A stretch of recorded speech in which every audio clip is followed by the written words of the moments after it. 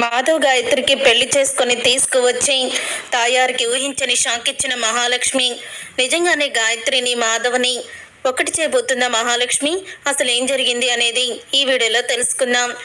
ఇక మాధవ్ని అడుగుతూ ఉంటుంది మహాలక్ష్మి. అయితే గాయత్రిని మీరు ఇష్టపడుతున్నారా పెద్ది అని అడుగుతూ ఉంటే అప్పుడే ఇక మాధవ్ అయితే షాక్ అయిపోతూ ఇప్పుడు ఎందుకమ్మా అలా అడుగుతున్నావు అని అడుగుతూ ఉంటాడు. ఏం లేదు పెద్ది, గాయత్రి కూడా మిమ్మల్ని ప్రేమిస్తున్నట్టుంది. మీ ఇద్దరు కూడా ఒకరినొకరు ప్రేమించుకుంటున్నారు. మరి పెళ్లి చేసుకోవడానికి ఏమైంది? తనని పెళ్లి చేసుకుంటే మీకు ఇలా వంట చేసి ఇంట్లో పనులు చేసే కష్టం తగ్గేది కదా. ఇంట్లో అన్ని పనులు చేసి మీరు మళ్ళీ జాబ్కి వెళ్తున్నారు. మీకు ఎంత శ్రమ ఉంటుంది, ఎంత అలసిపోతారు. ఇంటికి వచ్చేసరికి తినేసి ఎక్కడ వస్తువులు అక్కడే పడేసి ఉంచుతున్నారు వీళ్ళు. కనీసం మీకు హెల్ప్ కూడా చేయరు. మీరు గాయత్రిని పెళ్లి చేసుకొని ఉంటే చక్కగా గాయత్రి మీకు అన్ని పనులు చేసి పెట్టేది కదా అని అడుగుతూ ఉంటుంది మహాలక్ష్మి. గాయత్రిని పెళ్లి చేసుకోవచ్చు కదా పెద్ది అని అనగా అప్పుడు ఇక మాధవ్ అయితే ఇలా అంటూ ఉంటాడు. తనని పెళ్లి చేసుకోవాలని నాకు ఉందమ్మా, కానీ నాకు నా తమ్ముళ్ళ బాధ్యత ఉంది. అలాగే ఈ ఇంటి మొత్తాన్ని కూడా నేనే తీర్చిదిద్దాలి. అందులోనూ మా అత్తయ్య నాకు గాయత్రిని ఇచ్చి పెళ్లి చేయడం తనకి ఇష్టం లేదు. అలాంటప్పుడు ఇక గాయత్రి మీద ప్రేమని పెంచుకొని కూడా నేను అస్సలు కూడా లాభం లేదని నాకు ఎప్పుడూ అనిపించింది అని అంటూ ఉంటాడు మాధవ. అప్పుడే ఇక మాధవ అన్న మాటలకి మహాలక్ష్మి ఇలా అంటూ ఉంటుంది. ప్రేమించిన అమ్మాయిని ఎందుకు మీరు వదిలేసుకోవడం? పెద్దవాళ్ళు ఒప్పుకోకపోయినా చూడండి, నేను వచ్చేయలేదా? ఇప్పుడు మా వాళ్ళు నాతో మాట్లాడడానికి అసహించుకుంటున్నారు. మరి నేను ఓపిక పట్టి ఉండడం లేదా? అన్నిటినీ సహించడం లేదా? అలాగే మీరు కూడా మీరు ప్రేమించిన అమ్మాయి గాయత్రిని పెళ్లి చేసుకోండి. తను కూడా మీ గురించి ఏ సంబంధం వచ్చినా కూడా చెడగొట్టుకుంటుందని కన్నా ద్వారా నేను తెలుసుకున్నాను. ఎందుకు పెద్ది, పెళ్లి చేసుకోండి అని అంటూ ఉంటే అప్పుడు ఇక మాధవ్ అయితే ఆలోచిస్తానమ్మా అని అంటూ ఉంటాడు. ఇక ఇంతలో ఇక చక్రి అయితే వీళ్ళిద్దరూ కూడా ఎప్పటి నుంచో చిన్నప్పటి నుంచే ప్రేమించుకుంటున్నారు మహాలక్ష్మి అని అంటూ ఉంటే అసలు నీకు బుద్ధుందా? ఈ మాట ఎలా అనగలుగుతున్నావు? మీ అన్నయ్య గాయత్రిని ప్రేమిస్తున్నారని తెలుసుకొని వాళ్ళిద్దరికీ హెల్ప్ చేసి పెళ్లి చేద్దామని ఒక్కళ్ళకి లేదు. ఏదన్నా అంటే నోరేసుకొని పడిపోతారు, ముందు వెనక చూడకుండా అరిచేస్తారు అని కేశవుని చూసి అంటూ ఉంటుంది.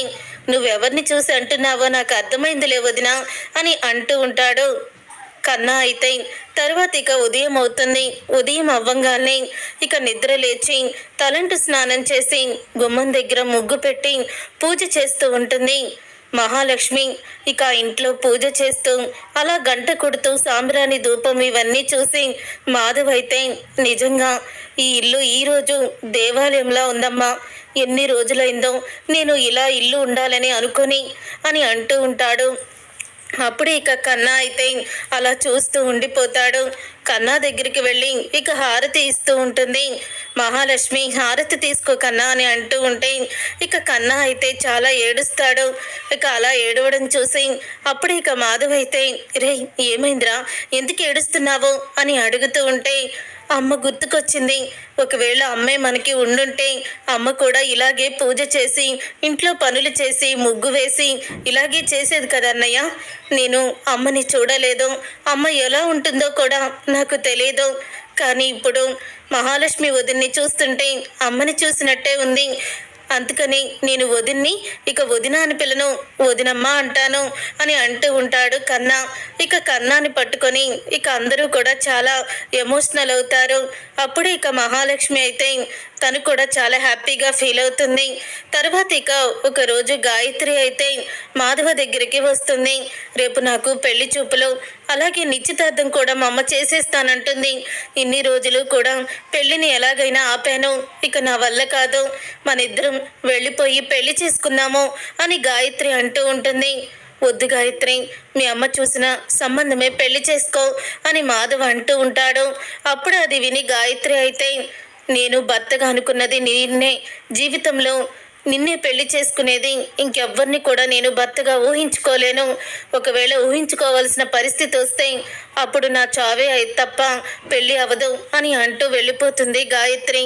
తరువాత ఇక పనిలో నుంచి మాధవ్ అయితే గాయత్రి మాటలు అన్నందుకు ఆలోచిస్తూ వస్తూ ఉంటాడు. అలా వస్తూ ఉన్నప్పుడే గమనిస్తూ ఉంటుంది మహాలక్ష్మి.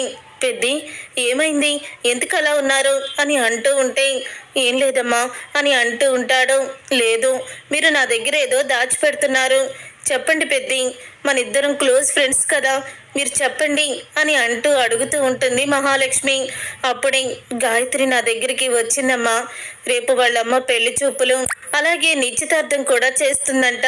అందుకని మనం ఎక్కడికైనా వెళ్ళిపోయి పెళ్లి చేసుకుందాము అని చెప్తుంది. లేకపోతే చనిపోతానంటుంది. అదే ఆలోచిస్తున్నాను అని అంటూ ఉంటే, గాయత్రి అంతలా మిమ్మల్ని ప్రేమించి వెళ్ళిపోదామని ఒక ఆడపిల్ల అడిగిందంటే ఇంకా మీరు ఆలోచిస్తారేంటి పెద్ది అని అంటూ ఉంటుంది మహాలక్ష్మి. గాయత్రిని నేను పెళ్లి చేసుకుంటే తాయారత్త మామూలుగా ఊరుకోదు, శివతాండవం చేస్తుంది అని అంటూ ఉంటే, అప్పుడే ఇంకా తాండవం చేస్తుంది అని అంటూ ఉంటే, అప్పుడే ఇంకా మహాలక్ష్మి అయితే చక్రి దగ్గరికి వెళ్తుంది. మనం గాయత్రిని తీసుకువచ్చి పెద్దికిచ్చి పెళ్లి చేయాలి, పద గాయత్రిని లేపుకొద్దాం అని అంటూ ఉంటుంది మహాలక్ష్మి. నీకేమైనా పిచ్చి పట్టిందా, అలా అడుగుతున్నారేంటండి అని అంటూ ఉంటాడు చక్రి. నువ్వు వస్తున్నావా లేకపోతే నేనే వెళ్ళనా అని అంటూ ఉంటుంది మహాలక్ష్మి. అంత రిస్క్ ఎందుకులేండి, వాళ్ళ అమ్మకి తెలిస్తే, అదే మా అత్త తాయారికి తెలిస్తే మామూలుగా ఉండదు అని చక్రి అంటూ ఉంటాడు. అవును, గాయత్రికి ఎవరైనా క్లోజ్ ఫ్రెండ్స్ ఉన్నారా, వాళ్ళ దగ్గర మొబైల్ ఉందా అని అడుగుతూ ఉంటుంది.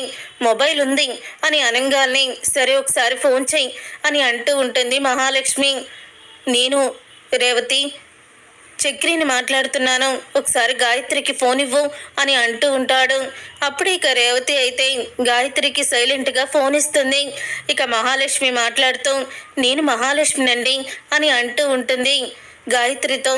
చెప్పు మహాలక్ష్మి, ఏంటి ఫోన్ చేశావు అని అనగానే, మీకు పెద్దికి అదే మా బావగారికి పెళ్లి చేయాలనుకుంటున్నాను, ఎక్కడికైనా వచ్చి పెళ్లి చేసుకుంటానని అన్నారంట కదా, మరి నేను చెప్పిన ప్లేస్కి వస్తారా అని అడుగుతూ ఉంటే, వస్తాను అని గాయత్రి అంటుంది.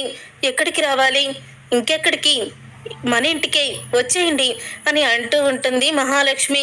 సరే వస్తున్నాను అని చెప్పి ఈ గాయత్రి అయితే బయలుదేరుతుంది.